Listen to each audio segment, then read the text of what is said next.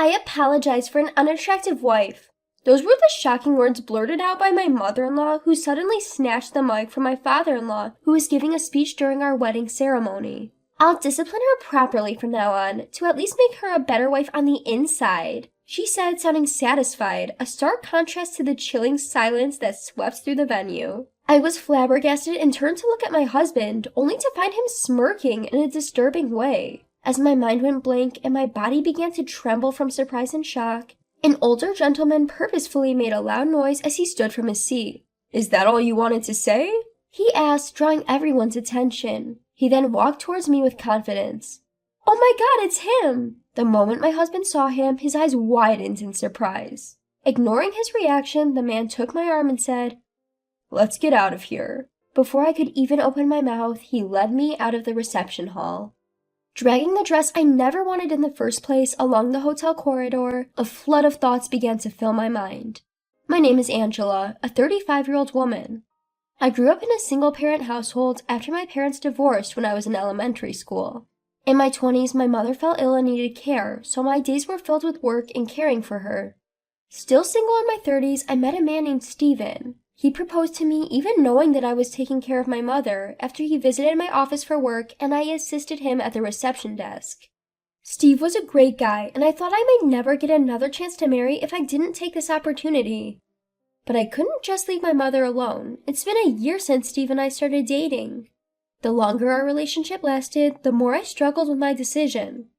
However, Steve blew away all my worries, saying, "I know how much you care about your mother, so why don't we become a family of 3? Touched by his proposal, I decided to marry him. When we announced our marriage to both of our parents, my mother was overjoyed, but my soon-to-be mother-in-law, let's call her Ruth, had a completely opposite reaction. I'll tell you up front, I don't recognize a woman from a single-parent family as a worthy wife. That was the sharp comment she made when we visited Steve's house to introduce ourselves as a couple for the first time. From then on, every time we met for wedding preparations, she would respond to everything I said with sarcasm. "She's just an old hag who's past her prime, and she's got a mother to take care of. My poor son," she would say. "I can tolerate you insulting me, but please don't speak ill of my mother. After all, it was Steve who said he wanted to be a part of our family. I bet you used some sly tricks to seduce my son." "I didn't do such a thing." "Well, your mother probably cheated on your father, and that's why he left." Every time I tried to fight back, Ruth would lash out at me 10 times worse. I thought about talking to Steve about it, but I didn't want to burden him with this unnecessary worry on the threshold of our married life. Emboldened, my mother-in-law started interfering in the wedding plans and even showed up on the day we were picking out the wedding dress with my husband. "I'll choose the best wedding dress for you," she announced. "Mom has a great sense of style. She'll definitely pick a good dress. You're happy about it, aren't you?" My husband chimed in. "I appreciate your intentions, but I want to choose a dress that I personally like," I responded.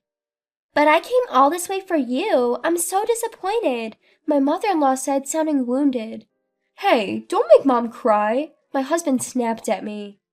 He was always quick to side with his mother, especially when she played the victim. However, I could not give in when it came to the wedding dress, arguably one of the highlights of the wedding.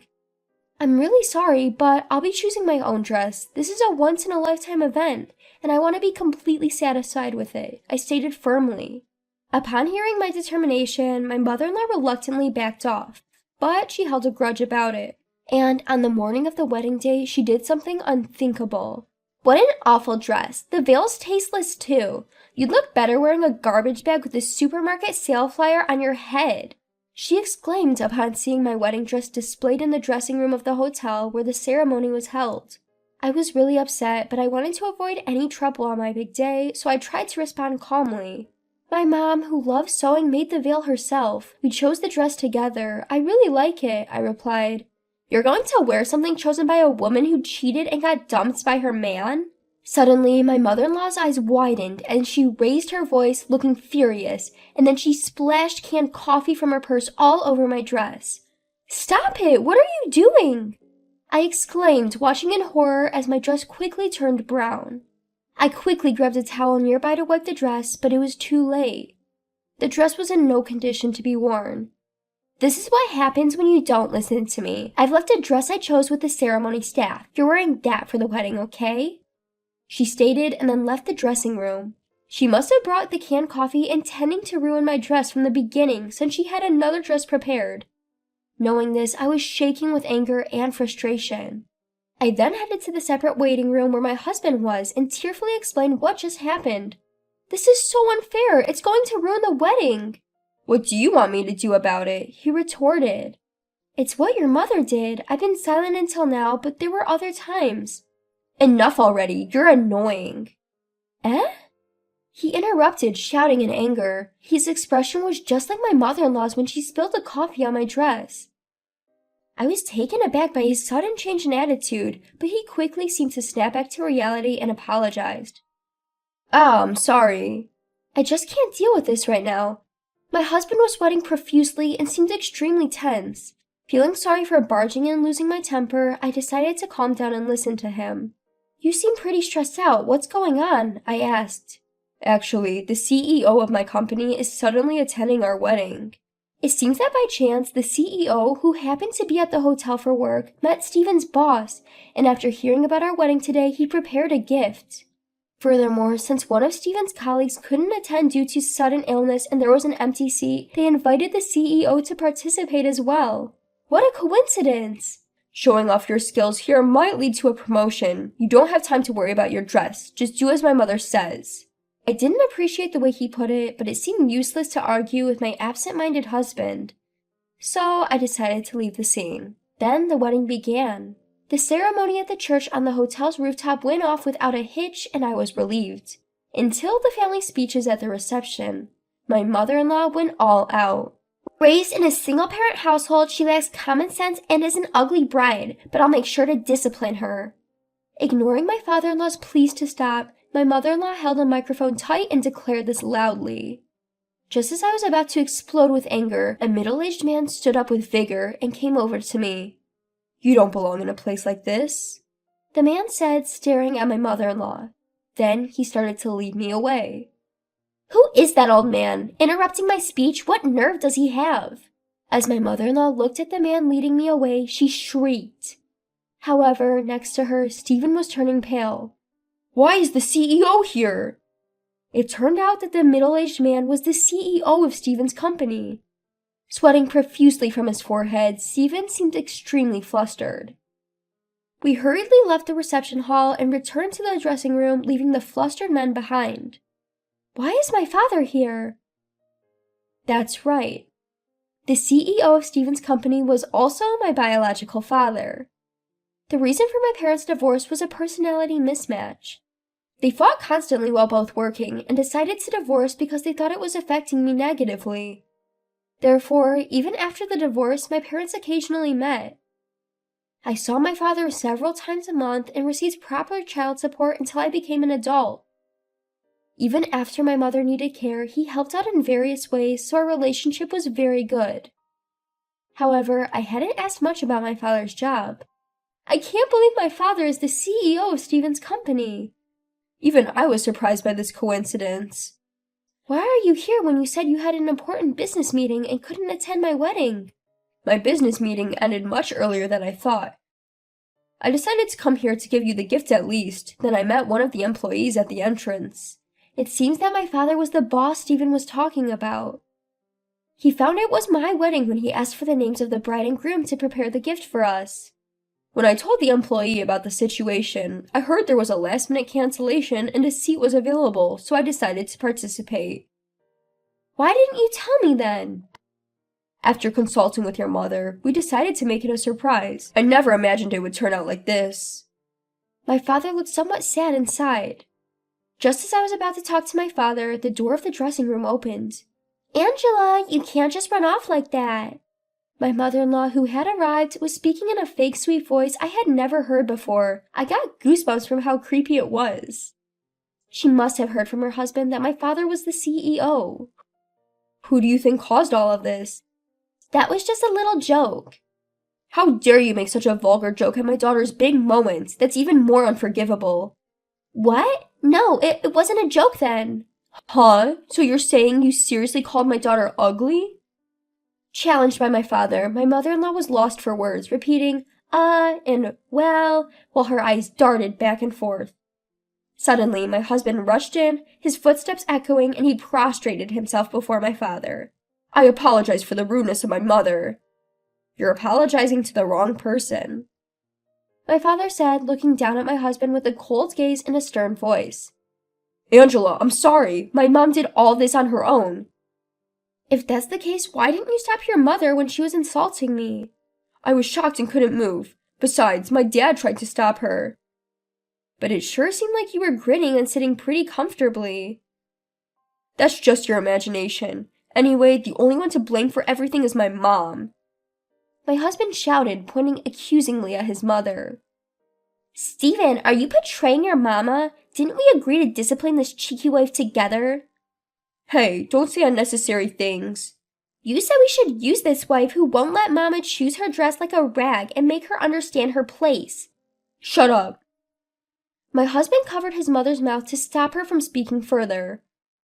Her muffled voice was truly comical. So, would you like to explain what's really going on? No, this is something my mother did on her own. It's for your own good to be honest right now, don't you think? Upon my father's stern questioning, my husband shuddered and finally began to speak.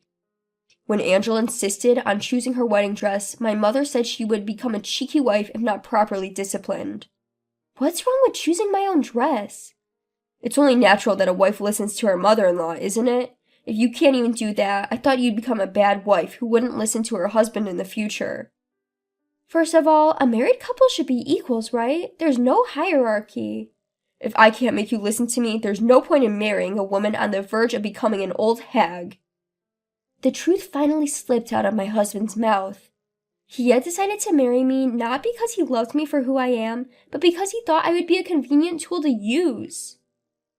All those words about wanting to take care of my mother, wanting to become a family of 3, were they all lies? Of course, you have plenty of savings, don't you? I was planning to use that to build a 2-family house. I wanted to make you work like a slave and live happily with my mother, but now it's all ruined. Once my husband started speaking his mind, there was no stopping him. He was not only intent on making me submit, but was also willing to drain our savings. How selfish could a person be? Seeing my disgust, my husband seemed to realize he had misspoken, and his face took on a shocked expression. Ah, no, that's not what I meant. That's it, it's over. You don't need a wife who won't spend money or act as a servant, do you? Wait a minute, I just lost my temper and blurted out something I didn't mean. As if I could believe that. I simply can't marry you. Sensing my resolve, my husband was visibly shaken, pacing around aimlessly. Then he seemed to remember something. Our wedding is today. We can't possibly send the guests home now. I will apologize to our guests and return their gifts. Since your mother is the cause of our canceled engagement, you will bear the cost of the wedding. You're joking. Even if we were to break up, it's your fault for making a fuss about one little outburst from my mom. As if it was just one time. Huh? All the awful things you said to me, they're all right here. I pulled out my smartphone from my purse. On it, I had recorded countless unbearable words from my mother-in-law. Pressing the play button, words like poor, ugly, harsh woman came out in quick succession in her unpleasant voice. When did I record all this? Well, I'm not a fool, you know. I will be claiming damages for emotional distress. I was just trying to discipline my daughter-in-law. I didn't do anything wrong. If you can't pay willingly, I'll take you to court. Please say the same thing in front of the judge. What are you talking about? This isn't a joke. Realizing she'd be at a disadvantage in court, my mother-in-law went pale and slumped on the spot. I'll reconsider your position at the company as well. With the final nail in the coffin for my father, my husband finally broke down and fell to his knees. I'm sorry, Angela. Please forgive me. That's right, Angela. You're already married. You can't just divorce so easily. If we can overcome this wall, we'll make a great couple, right? My husband and my mother-in-law started pleading. I forcefully shook them off and glared at them. Silence, scum. Go to hell. With that, I left the dressing room. I then followed through with my declaration of canceling my engagement with Stephen and filed a claim for emotional distress against my mother-in-law.